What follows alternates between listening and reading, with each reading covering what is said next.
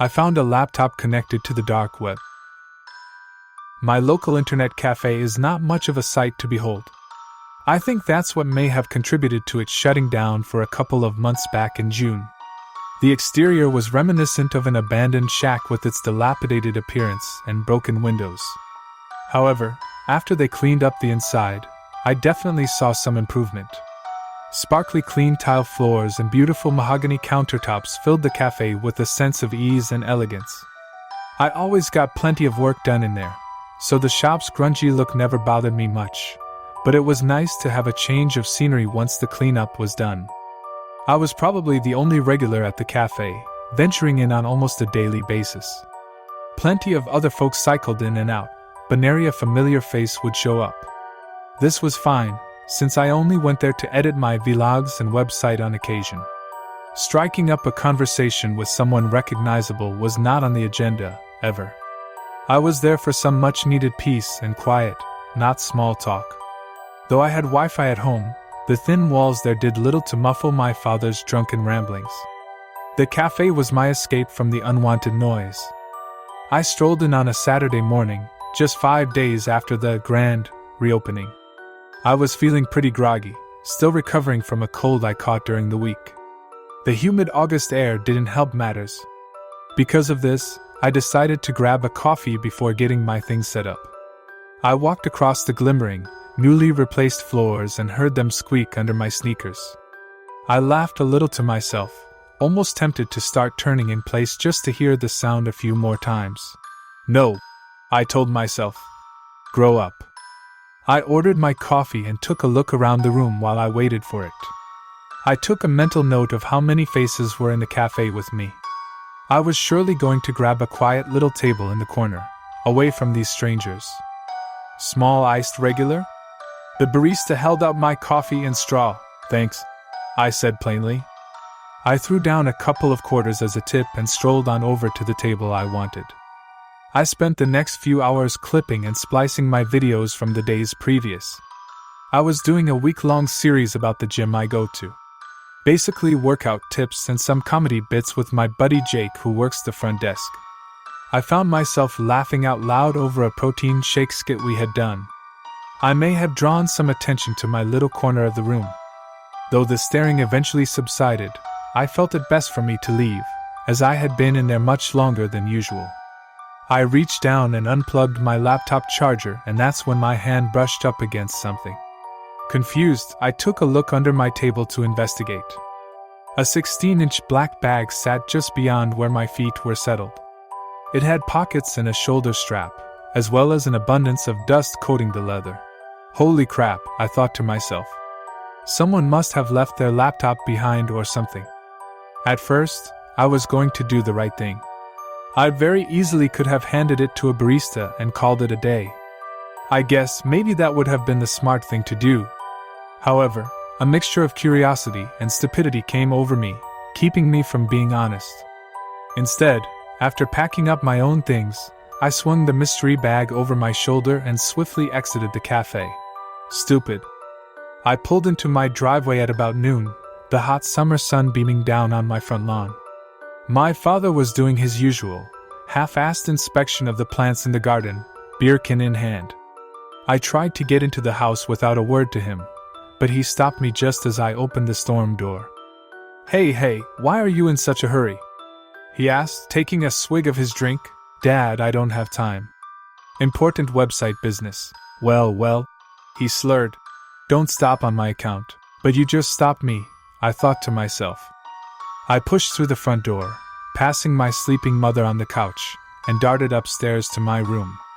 Slam! I shut my door hard behind me and locked it immediately. I tossed my belongings and newly found goods onto my bed and kicked my shoes clear across the room. I was excited to dig into this lucky haul. Carefully and slowly, I unzipped the top of the bag and pulled it open. I gasped a little to myself. Despite the appearance of the bag, the contents were no joke. A shiny, brand new looking laptop was nestled nicely inside. I pulled it out and observed it with awe. It was certainly nicer than my basic 500 gig HP from a big box store.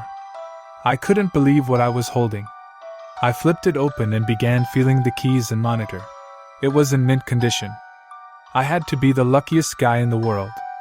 Everything was there, including a charger and wireless mouse. I even found a bag of screen wipes at the bottom.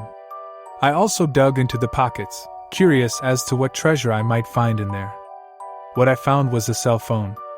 Nothing special, just some cheap Android phone. It was still powered on and had no screen lock on it. Exploring it further, I noticed there were no texts and only one recent call to an out-of-state number. Being into electronics, I went into the settings to see what kind of operating system it had. It was vastly out of date on software, still set in some variation of the Lollipop OS. That's alright, I thought. I could still flip it for a quick $10 or so. I placed it on the bed next to the laptop and sat for a moment, trying to take in what I had in front of me. This was such a great find, but I needed to power on the laptop and figure out what I was working with. To my excitement, there was no login screen. I was in, immediately after booting it up. I was never as into laptops as iPhones, but I could tell right away I was not working with your standard, stock operating system. This thing resembled more of a modded setup that I had seen kids working with back in high school, but I couldn't name it off the top of my head. Luckily, it was simple enough to navigate. I set it up with my Wi-Fi and dived right into the file storage to get some idea of whose computer I had. I was disappointed for just a few moments, but after clicking around a bit, I did find a folder labeled A. Inside was one JPG titled 1 by 1. Intrigued, my stomach did a little flip as I opened the image. I was puzzled by what I found. It was a screenshot from a website. It looked like a post in some forum, from a user named Anandandan4, with nothing but phone numbers listed and 0 replies. Underneath the list was the tagline, "You know who you are." Scanning the image for answers, I noticed the address bar for the site. It seemed to be a nonsense string of characters followed by a .onion extension. Onion? Wasn't that a parody news site or something? I wasn't too sure, but I decided to dig a little deeper. I clicked on the X at the top, taking me back to the desktop. That's when I noticed another folder. This one was labeled Pics, which stirred up some more thrills in my bones. Yes, I cheered to myself. This would more than likely reveal the owner's identity. I became disappointed as I clicked through the pictures. There was no human life, just shots of different places and scenery.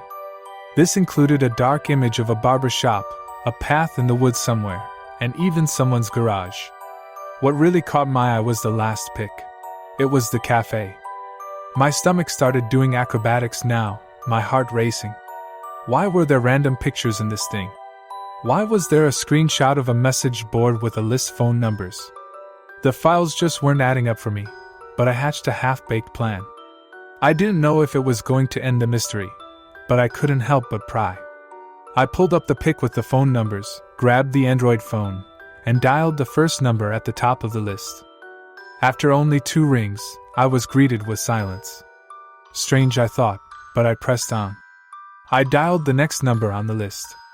This time, it rang 5 times before I got a generic inbox greeting, with the phone number listed. Interesting, but I hung up before I heard the beep. I grew bored of dialing the random numbers. I decided to take a break and put the laptop and cell phone away for a little while. I knew I'd come back to it later. Once the evening rolled around, I waited for my parents to go to bed, and then fixed myself up a snack. This was pretty much a nightly routine of mine.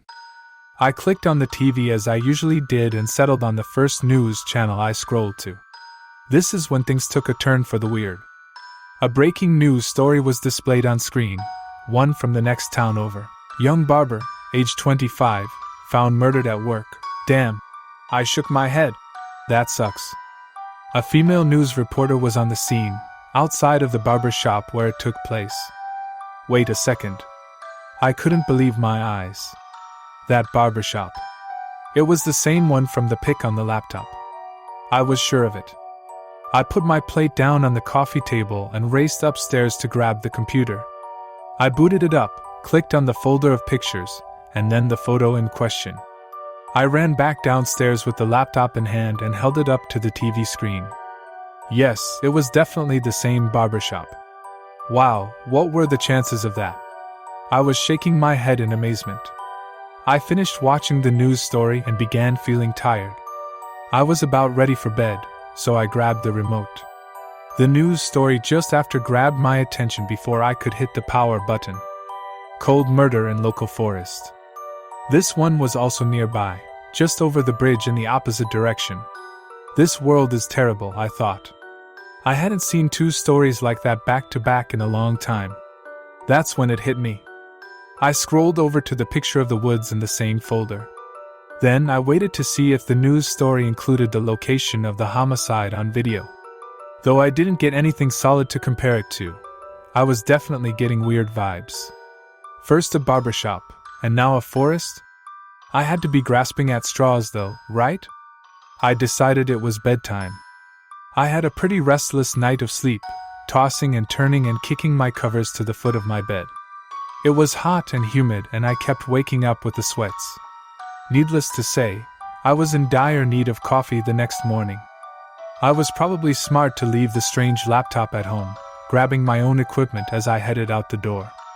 I drove rather quickly to the cafe, eyelids still heavy. I got my regular coffee and sat down at my favorite booth in the corner. Only one other person resided in the building, apart from the baristas at work. It was nice and quiet, and felt peaceful. A good contrast from my evening snack and sweaty night of interrupted rest. Still, my mind couldn't help but wander. The web address from the screenshot I found came rolling into the forefront of my thoughts. What was that onion domain all about? Why did the web address make no sense? It was something like code influx, with random numbers and symbols after it. This was meaningless to me. I decided to do some research. I couldn't recall the exact website, but I remembered the .onion extension, so I started from there. I was immediately blown away. Apparently, what it pertains to is web addresses not reachable on normal servers. It takes you through something called Tor, and is used for some pretty shady activity. I guess it involves what's called the dark web. I'd heard a little about this before. I was beginning to feel sick. The websites listed on the wiki were pretty revolting to say the least, nothing I would ever want to be involved in. The worst part? I was beginning to think the laptop I found was used solely to access this part of the internet. I couldn't bear the thought of being in possession of it any longer. I had to do something. I stormed out of the cafe ready to spring into action, when I was stopped by a tap on my leg. I looked down to see a homeless-looking man, in a black tattered leather jacket sitting up against the front of the building. His face looked rough, complete with a badly shaven beard and cracked lips. He looked miserable. He held out a small plastic cup, looking up at me with desperation in his eyes. "Spare change, sir? I'm in a hurry, dude, and I don't carry cash. Please?" He begged some more. He reached out and grabbed my pants leg. "No, get away from me." I kicked his hand away. The guy looked upset. His eyes were actually watering a little bit. I felt a little bad, but damn, don't grab me. That's when the guy did the strangest thing. He took out a phone and started taking pictures of me. "What are you doing now?" I asked, confused as all hell. He didn't answer. All I could do about it was run to my car and leave as fast as possible. What was that guy's deal? I called my friend Peter on my way home. I knew he would have some more insight on this whole thing. I was hoping I could bring him to my house and have him wipe the computer clean. Then I could sell it to a random Yahoo and be done with this whole misadventure. Once I picked up my friend, I sped back to my house and showed him what I found in the cafe. He was blown away. "This thing is lethal." He laughed. "It looks pretty customized, honestly." "Yeah, I noticed that, but take a look at these." I clicked through the photos, showing him the ones that I compared with the news stories. "So you think this laptop has some sort of connection to the murders?" "I don't know, man, but I think there's something fishy going on." He shrugged and took over the mouse for a moment. "Where's the picture of the phone numbers?" "It's somewhere in the file storage, yep. Click there and bingo." Peter stared intently at the list and address bar in the screenshot. He also checked the file description and saw that the screenshot originated from the laptop, so it was taken from within the device. My hairs were at attention, all up and down my skin. So, you tested these numbers out? Yeah, with this phone.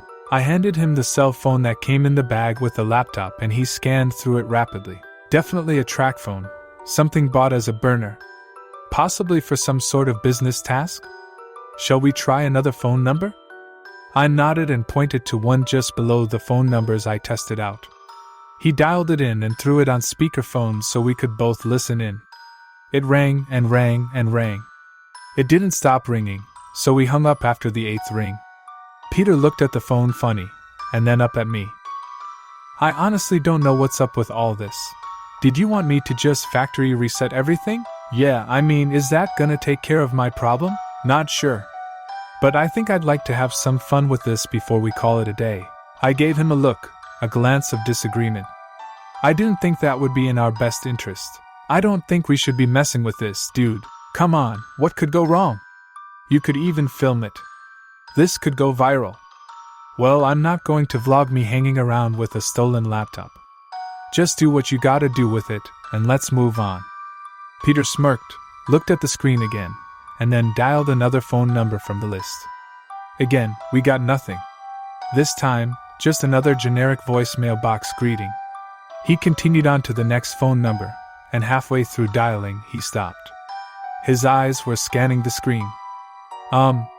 His face was now white as a ghost. What? Why did you stop? You okay? This is my phone number. My heart panged like a club to a gong. That can't be. I scooted over next to Peter and observed the screen. He was right. Just to be sure, he finished dialing and hit send. He put the phone up to his ear and waited. Just as he suspected, his pocket lit up and his ringtones sang away. We both looked at each other in shock. Dude. My hands were shaking, and my mouth was agape so far, I think my jaw was brushing my bed sheets. How? Is all Peter could muster up from his racing thoughts. This is unreal. I don't like this at all. Just wipe the hard drive and let's be done with it. Wait, he shouted, while looking at the screen again. My heart sank some more. I had a feeling about what he was about to say. What? Don't tell me. He didn't say a word. All he did was start frantically dialing another number. That's when I felt it. My pocket was now vibrating. I gulped so loud that I flinched. I reached down and pulled out my phone and answered.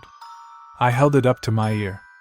Peter, I said through the receiver, looking at my visibly shaken friend across from me. This is messed up. He responded through the burner phone. I ended up driving Peter home shortly after. He had handed the phone over and told me he wanted to leave and take everything in. He left the laptop with me and told me he'd rather not mess with it. We decided to meet up at the cafe and drop it back off right in the morning. We'd wake up early and hopefully be the first ones in. However, I missed my alarm. Apparently, I also missed 10 calls from Peter. I opened up my messages and noticed the 4 texts he'd sent. Damn, I had to get going in fast. I had already packed up everything the night before, so all I had to do really was throw on a t-shirt and shorts, and head to the cafe. As I turned the corner to where the cafe was, I had to hit the brakes pretty quickly. What I saw on that road was nothing but cops and ambulances. There were roadblocks set up on either side of the ambulances, and the cafe was barricaded. What in the... I was thinking out loud. This was crazy.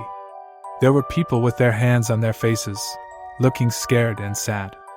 I pulled over into the grocery store parking lot across the street, and then walked over to the scene to get a closer look.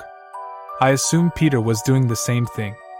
I ended up in a crowd of onlookers next door, looking at the scene before us. There was blood splatter on the front doors of the cafe and some papers, among other belongings, strewn all about. More blood covered the ground. Jesus, this was a damned massacre. I could hear the people beside me whispering to each other about what was going on. They're talking about a possible serial killer. One woman said to her friend. The kid was about to walk in, and suddenly bullets came in from over there. Nobody saw who fired the shots. A guy filled his wife in about what he witnessed. I was too curious to just be craning my neck from back there. I needed a closer look. I peered over at the cops who were busy questioning a barista by the ambulances. I crept past the barricade carefully.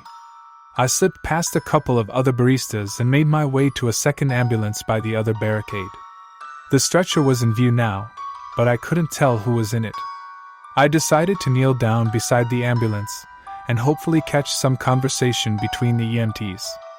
I took out my phone and started recording. We lost him. He wasn't hanging in there much when we got here, but I was hoping. Jan, it's not your fault. You saved the girl. You can't save them all, you know? I wish I could. I heard him talk before he let go, you know. He told me his name was Peter.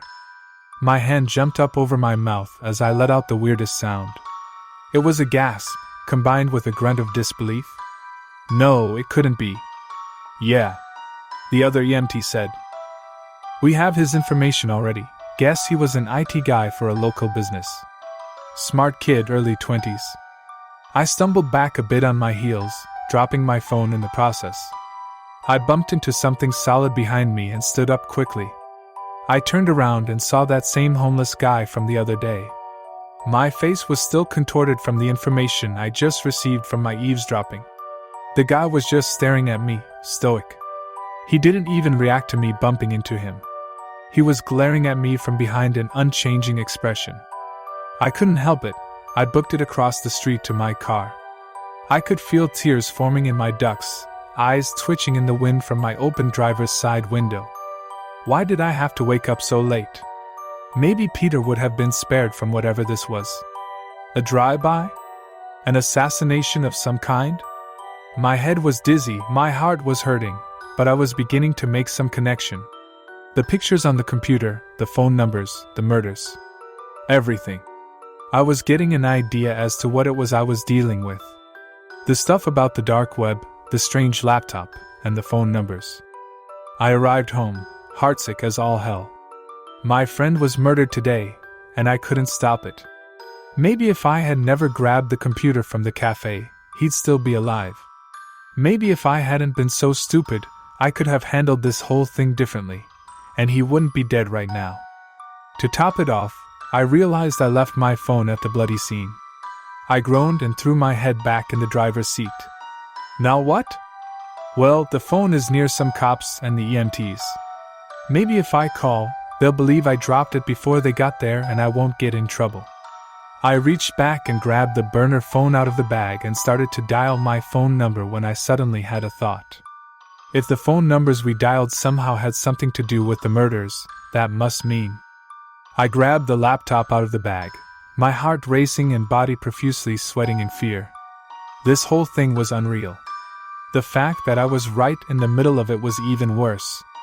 I clicked on to the folder of pictures of scenery from earlier. Again, my eyes scrolled across the picture of the barbershop. Then the forest. Finally, my eyes got to the picture of the cafe. Yes, the phone numbers in these locations have to somehow be tied together, but I didn't know how. Why was this happening? I was about to leave the folder, but then a small thumbnail at the end of the list of pictures caught my eye. I hovered the cursor over it and opened it up. With some cloud service, the image was revealed. My jaw dropped in utter horror. A picture of my house. I was looking at a picture of my front yard and home. I hadn't noticed this before. Why hadn't I noticed this? Over in the top corner was a link, one that opened up the full cloud folder from some email made up of more gibberish characters. This folder contained more pics. Pics that were very different from the others. No way! I shouted out loud, face contorted in anger and fear all at once. Pictures of me. Pictures of me looking directly at the camera, others of my car. The last ones were of me sneaking into the crime scene at the cafe. That guy. That homeless-looking guy from the other day, and behind the ambulance. I have his laptop. He was watching me. How did he tie into these murders? My silent tirade was interrupted by the sudden sound of a jingle to my right. The phone was ringing in my passenger seat. I picked it up and peered at the phone number. I couldn't handle this anymore. I just couldn't take it. It was my own phone number. Grudgingly, I decided to swipe and answer the call. Who is this? I stammered. A gravelly voice answered from the other end. Spare change, sir?